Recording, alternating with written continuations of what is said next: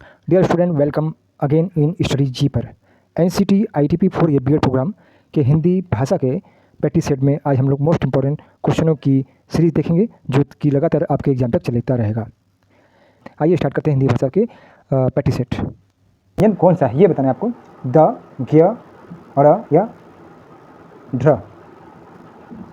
संयुक्त व्यंजन जो होते हैं वे 4 होते हैं। कौन कौन से होते हैं वे देख लीजिए। पहला होता है आपका श्र, त्र, ज्ञ और स्र। ये 4 व्यंजन होते हैं जिसे कहते हैं संयुक्त व्यंजन। जो श्र बनता है वे 2 व्यंजनों से मिलकर बनता है, वे हैं क और स। इन दोनों को मिलाकर बनता है हमारा श्र। त्र की बात करें तो त्र भी 2 व्यंजनों से मिलकर बनता है, ट प्लस र, तो ये आपका हो गया थ्रा। ज्ञ जो बनता है वे बनता है आपका ज प्लस अ, तो ये बन गया आपका ज्ञ। स्र जो बनता है वे बनता है श और र, तो ये बन गया स्र। तो 4 व्यंजन होते हैं जिससे कहा जाता है तो 4 ये श्र, त्र, ज्ञ, स्र जो होते हैं ये 4 संयुक्त व्यंजन हैं। आपको पूछा गया कौन सा संयुक्त व्यंजन है तो आप बता देंगे। ऑप्शन नंबर बी जो है ज्ञ जो है ये संयुक्त व्यंजन है। तो आपने एक क्वेश्चन से आपने 4 क्वेश्चन याद कर लिया। यदि आपसे पूछा जाए कि संयुक्त व्यंजन क्या होता है तभी बता सकते हैं। और श्र, त्र, ज्ञ, स्र को आपने जान लिया कि किस तरह से बनते हैं, तो ये चारों प्रकार से भी प्रश्न आएंगे तो आप इसका उत्तर दे सकते हैं। चलिए आगे बढ़ते हैं। नेक्स्ट क्वेश्चन तक पढ़ते हैं। नेक्स्ट क्वेश्चन पूछा गया कि निम्नलिखित में से कौन सा वर्ण उच्चारण की दृष्टि से दंत नहीं है। जो दंत वो व्यंजन होते हैं उसमें जो उच्चारण होता है उसमें उच्चारण का जो स्थान होता है वह दांत होता है। क्या होता है? दांत। दांत होता है उच्चारण करने का स्थान। तो आप त, न, द और त को बोल के देखिए तो आपको पता चल जाएगा कि कौन सा इसमें दंत व्यंजन है। तो आपको बता दें जो त होता है, थ होता है, द, ध और न, ये जो होते हैं ये आपके दंत व्यंजन होते हैं। तो आप देख लीजिए ऑप्शन नंबर त, न, द तो कट जाएगा। तो इस प्रकार से जो ट बचा, ट हमारा क्या हो गया, वे दंत व्यंजन नहीं है, क्योंकि यहाँ पूछा कौन सा नहीं है। तो इस प्रकार से आपने देखा एक क्वेश्चन से 2-3 क्वेश्चन बन रहे हैं कि दंत व्यंजन क्या होता है। तो जब आपको दंत व्यंजन पता होगा तो आप बता सकते हैं कि कौन सा दंत व्यंजन है और कौन सा नहीं है। नेक्स्ट क्वेश्चन बढ़ते हैं। अगला क्वेश्चन ये कि जिन शब्दों के अंत में अ आता है उन्हें क्या कहते हैं। अनुस्वार, अयोगवाह, अंतस्थ या अक्रांत। तो जिन शब्दों के अंत में अ आता है उसे कहते हैं हम लोग ऑप्शन नंबर डी बोलते हैं, उसे बोलते हैं अक्रांत। अगला नेक्स्ट क्वेश्चन ये है कि क्षर वर्ग किस योग से बना है। अभी आपको बताया गया कि क्षर वर्ग किससे बनता है। ऑप्शन नंबर ये हो जाएगा, ए हो जाएगा। क प्लस स जो होगा वो क्षर बनेगा। नेक्स्ट क्वेश्चन देखते हैं। हिंदी वर्णमाला में स्वरों की कितनी संख्या होती है पूछा गया। तो इसका सही उत्तर हो जाएगा ऑप्शन नंबर, बताइएगा, आप कमेंट कीजिएगा। ऑप्शन नंबर हो जाएगा डी, 13 होते हैं कुल स्वर की संख्या होती है। नेक्स्ट क्वेश्चन में बढ़ते हैं। आपको बताना है तद्भव शब्द का चयन करना है। कौन सा इसमें शब्द जो तद्भव है, सकरा, स्वर्ण, हाथ या पस्तर। तो आपको बताना है तद्भव शब्द कौन सा है। यदि आपने तद्भव पढ़ा होगा पता होगा आपको। चलिए इसका आंसर भी आपको लगा देते हैं, बता देते हैं। ऑप्शन नंबर जो सी होगा, हाथ जो है ये तद्भव शब्द है। और इसका जो तत्सम होगा वे होगा हस्त। क्या होगा? हस्त। हस्त क्या है? तत्सम है और हाथ जो है तद्भव शब्द है। पस्तर का जो होगा, ये पस्तर जो है ये तत्सम शब्द है, उसका तद्भव होगा पत्थर होगा। क्या होगा? पत्थर। स्वर्ण का सोना होगा और सकरा का हो गया शक्कर होगा। नेक्स्ट क्वेश्चन में बढ़ते हैं। चलिए नेक्स्ट क्वेश्चन ये कि निम्न में से अल्प प्राण कौन सा है। अल्प प्राण बताना है आपको कौन सा है। तो आपको बता दें अल्प प्राण होता क्या है। तो अल्प प्राण उसे कहते हैं जिन व्यंजनों को उच्चारण में मुख से कम हवा निकलता है उसे ही बोलते हैं अल्प प्राण। और ये हर वर्ग का पहला, तीसरा और पांचवा व्यंजन होता है। क्या? हर वर्ग का पहला, तीसरा और पांचवा, ये जो पहला, तीसरा, पांचवा जो व्यंजन होते हैं उसे ही बोलते हैं अल्प प्राण। तो देखिए जैसे क, ख, ग, घ और अंगा। तो इसमें अल्प प्राण आपको खोजना है तो कौन कौन सा होगा। पहला आपको बताएगा, पहला हो जाएगा, तीसरा हो जाएगा और ये पांचवा, ये क्या हो जाएगा आपका अल्प प्राण। तो इसमें कौन सा आपको अल्प प्राण है बताना है।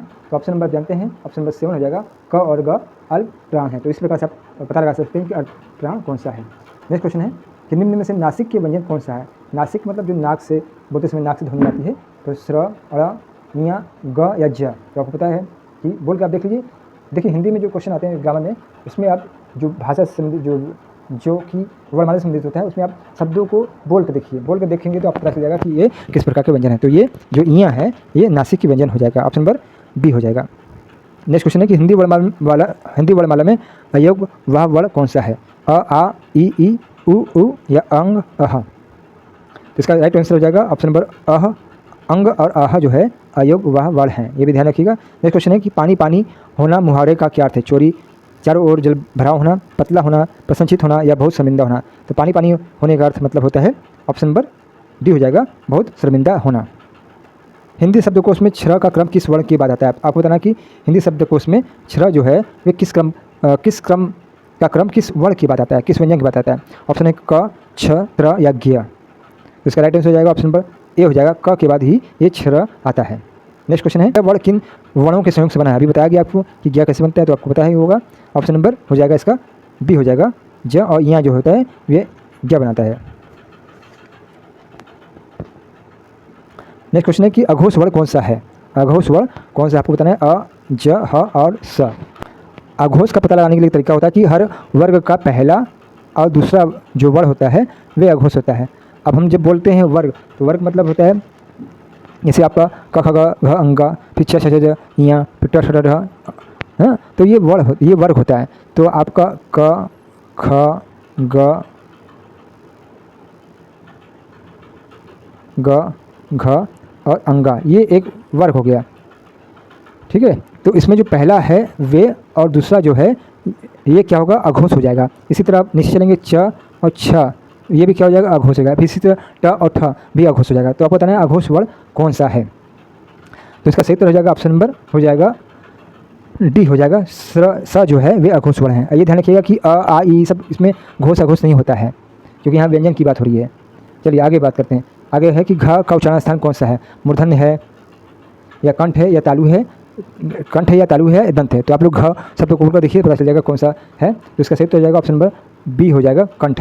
जो घ है वे इसका उच्चारण स्थान जो कंठ है। कंठ जानते ही कहाँ होता है? गले में होता है। यानी कि आग में घी डालने मुहावरे का क्या अर्थ है? हवन यज्ञ करना, घी डालकर आग जलाना, क्रोध को और बढ़ाना या घी से ही आग बुझाना। तो इसका सही हो जाएगा ऑप्शन नंबर सी हो जाएगा, क्रोध को और बढ़ाना ही आग में घी डालने मुहावरे का अर्थ है। ऑप्शन है श्रृंगार, श्रृंगार।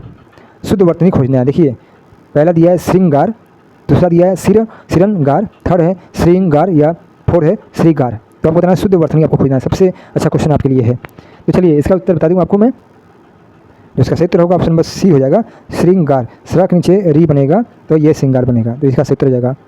नेक्स्ट क्वेश्चन है कि तालव्य व्यंजन कौन सा है? तालव्य व्यंजन बताना आपको। तालव्य व्यंजन क्या होता है ये जान लीजिए। तालव्य व्यंजन में क्या होता है? जो जिसमें उच्चारण का स्थान तालु होता है। तालु क्या होता है? मुंह के भीतर का ऊपरी छत पिछला भाग। तो तालु व्यंजन बताएंगे तो आपको पता होगा। तो पहला ऑप्शन नंबर ए राइट लगा लीजिए, छ, छ, ज, झ जो है तालव्य व्यंजन है। अगला क्वेश्चन है कि यर लव किस वर्ग के व्यंजन है? तालव्य है, उष्म है, अंतस्थ है या ओष्ठ है? तो आपको बताया अभी मैंने कि ये सी अंतस्थ व्यंजन हो जाएगा।